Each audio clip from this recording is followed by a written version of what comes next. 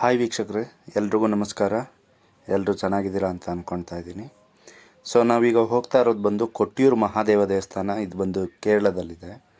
ಇದೊಂಥರ ದಕ್ಷಿಣ ಭಾರತದ ವಾರಣಾಸಿ ಅಂತಲೇ ಕರೀತಾರೆ. ಈ ದೇವಸ್ಥಾನ ಬಂದು ಬಾವಲಿ ಅನ್ನೋ ನದಿ ತೀರದಲ್ಲಿದೆ. ಈ ಬಾವಲಿ ಒಂದು ಚಿಕ್ಕ ನದಿ, ಒಂದು 80ರಿಂದ 85 ಕಿಲೋಮೀಟ್ರ್ ವಿಸ್ತೀರ್ಣ ಇರ್ಬೋದು. ಆದರೂ ನಮ್ಮದೆಲ್ಲ ಈಗ ಸಿಟಿಲಿ ಯಾಂತ್ರಿಕ ಬದುಕಾಗೋಗಿದೆ. ಆ ಮಿಷಿನ್ಗೂ ನಮಗೂ ಏನೂ ವ್ಯತ್ಯಾಸ ಇರೋಲ್ಲ, ಆ ಥರ ಆಗೋಗಿದೆ. ಸೊ ಅಂಥದ್ರ ಮಧ್ಯೆ ಈ ಥರ ಹಸಿರು, ಈ ಥರ ಬಿಳಿ ಮೋಡ ಎಲ್ಲ ನೋಡೋದು ಎಷ್ಟು ಚೆಂದ ಇರುತ್ತಲ್ವ. ನೀವು ಒಂದು ಸರ್ತಿ ವಿಸಿಟ್ ಮಾಡಬೇಕು. ಯಾಕೆ ಏನು ಅಂತ ಎಲ್ಲ ಮುಂದೆ ನೋಡೋಣ, ದೇವಸ್ಥಾನ ನೋಡೋಣ, ಎಲ್ಲ ನೋಡೋಣ. ಅದಕ್ಕೂ ಮುಂಚೆ ಎಲ್ಲ ಇವತ್ತೇ ಪ್ಲ್ಯಾನ್ ಮಾಡ್ಕೊಳ್ಳಿ. ಸೊ ಒಂದು ಸಲ ಕೊಟ್ಟಿಯೂರು ಹೋಗಿ ಬನ್ನಿ. ಸೊ ಕೊಟ್ಟಿಯೂರು ಪ್ಲೇಸ್ ನೋಡ್ತಾ ಇರ್ಬೋದು. ಇಲ್ಲಿಂದ ಒಂದು 2 ಕಿಲೋಮೀಟ್ರ್ ಇರ್ಬೋದು ಅಷ್ಟೇ. ಸೊ ಹಾಗೆ ಹೋಗ್ತಾ ಇದ್ದೀವಿ ನೋಡಿ. ಜುಲೈ 4ರವರೆಗೂ ಮಾತ್ರ ತೆಗೆದಿರುತ್ತೆ. ಅದಾದಮೇಲೆ ಮತ್ತೆ ಮುಂದಿನ ವರ್ಷ ಮಾತ್ರ ಬರಬೇಕು. ಯಾವುದಕ್ಕೆ? ಅಕ್ಕರೆ ಕೊಟ್ಟಿಯೂರಿಗೆ. ಆಮೇಲೆ ಬಂದರೂ ಹೋಗ್ಬೋದು, ಆದರೆ ಅದು ಅಕ್ಕರೆ ಕೊಟ್ಟಿಯೂರಲ್ಲ, ಇಕ್ಕರೆ ಕೊಟ್ಟಿಯೂರು.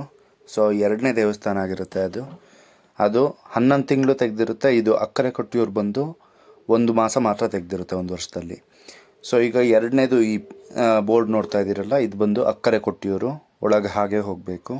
ನಮ್ಮಲ್ಲಿ ಪುರಾಣದ ಪ್ರಕಾರ, ಅಂದರೆ ದೇವಿ ಪುರಾಣ ಆಗಿರ್ಬೋದು, ತಂತ್ರ ಚೂಡಾಮಣಿ ಆಗಿರ್ಬೋದು, ಇಲ್ಲಾಂದರೆ ದುರ್ಗಾ ಸಪ್ತಸತಿ ಆಗಿರ್ಬೋದು, ಇದರಲ್ಲೆಲ್ಲ ಹೇಳೋ ಹಾಗೆ 51 ಶಕ್ತಿಪೀಠ ಇವೆಯಂತೆ. ಸೊ ಈ ಎಲ್ಲ ಶಕ್ತಿಪೀಠಗಳಿಗೂ ಉಗಮದ ಕಾರಣ ಈ ಕೊಟ್ಟಿಯೂರು ಅಂದರೆ ತಪ್ಪಾಗಲ್ವಂತೆ. ಹೇಗೆ ಅಂತ ಅಂದರೆ, ಅದೆಷ್ಟೋ ಸಾವಿರಾರು ವರ್ಷಗಳ ಹಿಂದೆ ತುಂಬ ಘಟನೆಗಳು ಈ ಥರ ಎಲ್ಲ ನಡೆದಿದೆ. ಅದಕ್ಕಿಂತ ಮುಂಚೆ ಇಲ್ಲಿ ಒಂದು ಕಲ್ಲುಜ್ಜಿ ಪವಾಡ ನೋಡೋಣ. ದೇವಸ್ಥಾನದ ಒಳಗೆ ಆಗಿರ್ಬೋದು, ಇಲ್ಲಾಂದರೆ ನದಿ ತೀರದಲ್ಲಿ ಈ ಥರ ಕಲ್ಲಿಂದ ಕಲ್ಲಿಗುಜ್ಜಿದ್ರೆ ಭಸ್ಮ ಬರುತ್ತಂತೆ. ಭಸ್ಮ ಅನ್ಬೋದು, ಇಲ್ಲ ಗಂಧ ಅನ್ಬೋದು, ಏನಾದರೂ ಅನ್ಬೋದು ನೀವು. ಸೊ ಇದನ್ನು ನೀವು ಹಣೆಗೆ ಇಟ್ಕೋಬೋದು ನೋಡಿ.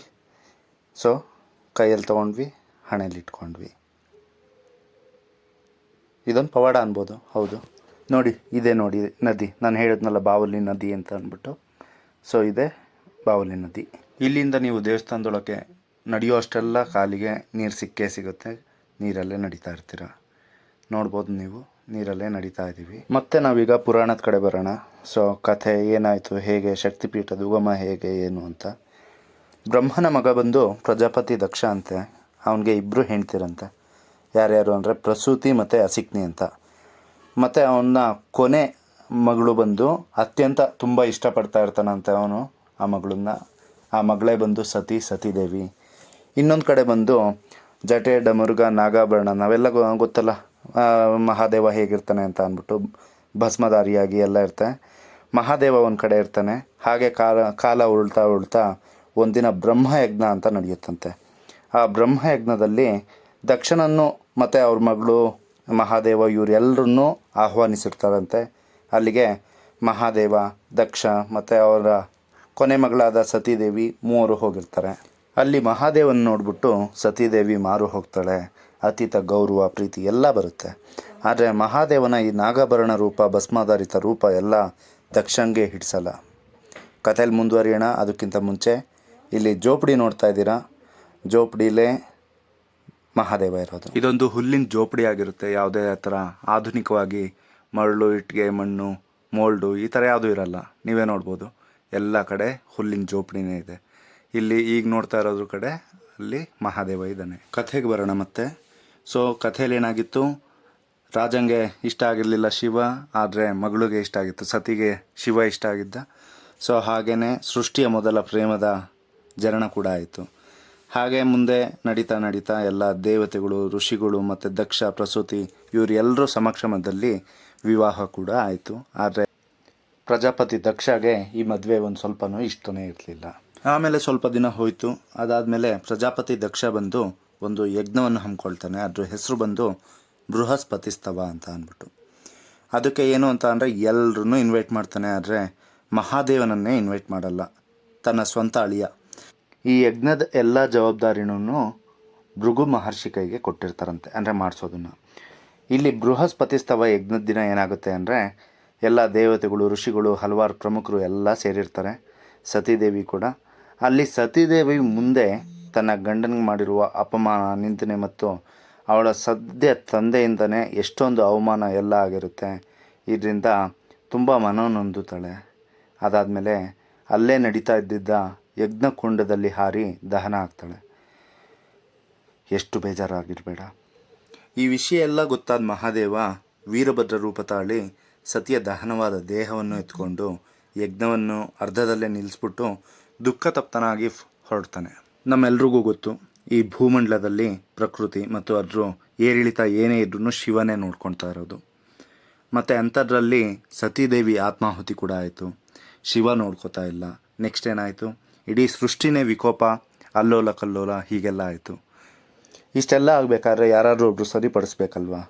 ಸೊ ಹಾಗಾಗಿ ವಿಷ್ಣು ಅವನ ಸುದರ್ಶನ ಚಕ್ರವನ್ನು ಬಳಸ್ಬಿಟ್ಟು ಸತೀದೇವಿ ದೇಹ ಏನಿತ್ತು, ಅಂದರೆ ಮಹಾದೇವ ಹತ್ರ ಏನು ತೊಗೊಂಡೋಗಿದ್ದು ಅದಿತ್ತು, ಅದನ್ನು ತನ್ನ ಚಕ್ರ ಸುದರ್ಶನ ಚಕ್ರ ಬಿಟ್ಬಿಟ್ಟು 51 ತುಂಡುಗಳನ್ನಾಗಿ ಮಾಡಿದಂತೆ. ಸೊ ಆ 51 ತುಂಡುಗಳು ಎಲ್ಲೆಲ್ಲಿ ಬಿತ್ತು, ಆ 51 ತುಂಡುಗಳು ಬಿದ್ದಿದ್ದ ಜಾಗನೇ ಶಕ್ತಿಪೀಠ ಅಂತ ಹೇಳ್ತಾರೆ. ಆ ಯಜ್ಞ ನಡೆದಿದ್ದು ಕೊಟ್ಟಿಯೂರಲ್ಲಿ ಅಂತ ಹೇಳ್ತಾರೆ. ಸೊ ಹಾಗಾಗಿ ಮೇಯ್ನಾಗಿ ಎಲ್ಲ ನೋಡೋಕ್ಕೆ ಹೋದರೆ ಈ ಎಲ್ಲ ಶಕ್ತಿಪೀಠಗಳಿಗೂ ಉಗಮದ ಸ್ಥಾನ ಇದೇ ಕೊಟ್ಟಿಯೂರು. ನೀವು ನೋಡ್ಬೋದು ನದಿ ಹೇಗೆ ಹರಿತಾ ಇದೆ. ಈ ಜಾಗದಲ್ಲಿ ಮಹಾದೇವನು ತನ್ನ ಮೊದಲ ಮಡದಿಯನ್ನು ಕಳೆದುಕೊಂಡಿದ್ದರಿಂದ ಇಲ್ಲಿಗೆ ತನ್ನ ಭಕ್ತಾದಿಗಳು ಯಾರೇ ಬಂದರೂ ಅವ್ರು ಕೇಳಿದ ಎಲ್ಲವೂ ಇಷ್ಟಾರ್ಥ ಏನೇ ಇದ್ರೂ ಸಿದ್ಧಿಯಾಗುವುದಂತೆ. ಜನ ನೋಡ್ಬೋದು ಹೇಗೆ ತುಂಬ ಜನ ಸೇರಿದ್ದಾರೆ. ನೀವು ಬನ್ನಿ, ಪ್ಲ್ಯಾನ್ ಮಾಡಿ. ಮಳೆ ಅಥವಾ ಜನಸಂದಣಿ ಅಂತ ಭಯ ಪಡಬೇಡಿ. ನೀವು ಎಲ್ಲ ಕಡೆ ಜನ ಇರ್ತಾರೆ. ನಾವು ಒಂದು ಕಡೆ ಚೇಂಜ್ ಅಂತಲೇ ಬರೋದು. ಒಂದು 3ರಿಂದ 4 ಗಂಟೆ ನಿಂತ್ಕೊಂಡು ನೋಡಿದ್ರೆ ಯಾವುದು ಕಷ್ಟ ಆಗಲ್ಲ. ಇಲ್ಲಿ ನೋಡ್ಬೋದು, ಇದೇ ಉದ್ಭವ ಶಿವಲಿಂಗ ಮೂರ್ತಿ. ಎಲ್ಲ ನಮಸ್ಕಾರ ಮಾಡ್ಕೊಳ್ಳಿ. ಸೊ ಇದು ಎರಡನೇದು. ಇದು ಯಾವುದು ಅಂತ ಅಂದರೆ ಇಕ್ಕರೆ ಕೊಟ್ಟಿಯೂರು ಅಂತ ಹೇಳಿದ್ನಲ್ಲ ಮೊದಲಿಗೆ. ಸೊ ಅದು ಇಲ್ಲಿಗೆ ಬಂದರೆ ಇದು ವರ್ಷದ 11 ತಿಂಗಳು ಓಪನ್ನಲ್ಲಿರುತ್ತೆ. ಇನ್ನು 1 ತಿಂಗಳು ಇಲ್ಲಿ ಕ್ಲೋಸ್ ಆಗಿರುತ್ತೆ. ಬಟ್ ಅಲ್ಲಿ ಅಕ್ಕರೆ ಕೊಟ್ಟಿಯೂರು ನೋಡ್ಕೊಂಡು ಹೋದವರೆಲ್ಲ ಇಲ್ಲಿಗೆ ಬಂದು ನೋಡ್ಕೊಂಡು ಹೋಗೋದು ಮಾಡ್ತಾ ಇರ್ತಾರೆ. ದೇವಸ್ಥಾನ ಎಲ್ಲ ಹೇಗಿದೆ ನೋಡಿ. ದೇವಸ್ಥಾನ ಒಳಗೆ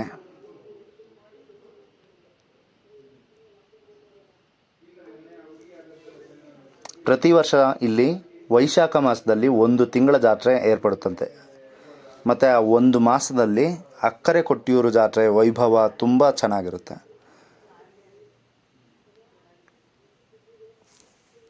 ಒಟ್ಟಿನಲ್ಲಿ ಇದೊಂದು ಎಲ್ಲರೂ ನೋಡಲೇಬೇಕಾದಂತಹ ಸ್ಥಳ ಆಗಿದೆ. ಸೊ ಇಲ್ಲಿ ನಿಮಗೆ ಮಲಯಾಳಮು ಹಾಗೆಲ್ಲ ಬರೋ ಹಾಗಿದ್ರೆ ಅದನ್ನು ಓದ್ಕೋಬೋದು, ಅದರಲ್ಲಿ ಏನಿದೆ ಹೇಗೆ ಅಂತ. ಇಲ್ಲ ಟ್ರಾನ್ಸ್ಲೇಟ್ ಕೂಡ ಮಾಡ್ಕೋಬೋದು. ಇದರಲ್ಲಿ ಕಾಯಿನ್ಸು, ದುಡ್ಡು ಹಾಗೆಲ್ಲ ಹಾಕಿರ್ತಾರೆ ನೋಡಿ. ಮತ್ತು ಈ ದೇವಸ್ಥಾನನೆಲ್ಲ ಅಲ್ಲಿ ಜೋಪಡಿ ಆಗಿರ್ಬೋದು, ಇಲ್ಲ ಅಂದರೆ ಇದನ್ನಾಗಿರ್ಬೋದು 3 ಸುತ್ತು ಪ್ರದಕ್ಷಿಣೆ ಹಾಕ್ತಾರೆ. ಅದಾದಮೇಲೆ ಇಲ್ಲಿ ಪ್ರಸಾದ ಅದೆಲ್ಲ ಕೊಡ್ತಾರೆ. ಇನ್ ಕೇಸ್ ನೀವು ಲಾಟ್ರಿ ಹಾಗೇನಾದ್ರು ತೊಗೋತೀವಿ ಅಂತ ಅಂದರೆ ಲಾಟ್ರಿ ಕೂಡ ತೊಗೋಬೋದು. 50 ರೂಪಾಯಿಗೆ ಒಂದು ಲಾಟ್ರಿ ಮಾರ್ತಾ ಇದ್ದಾರೆ ನೋಡಿರಿ. ಇನ್ನೊಂದು ಇಲ್ಲಿ ಕೇರಳದಲ್ಲಿ ಲಾಟ್ರಿ ಮಾರೋದು ಲೀಗಲ್ಲೇ ಮಾಡಿದ್ದಾರೆ ನೋಡಿ. ನಾವೊಂದು 6 ಜನ ಹೋಗಿದ್ವಿ.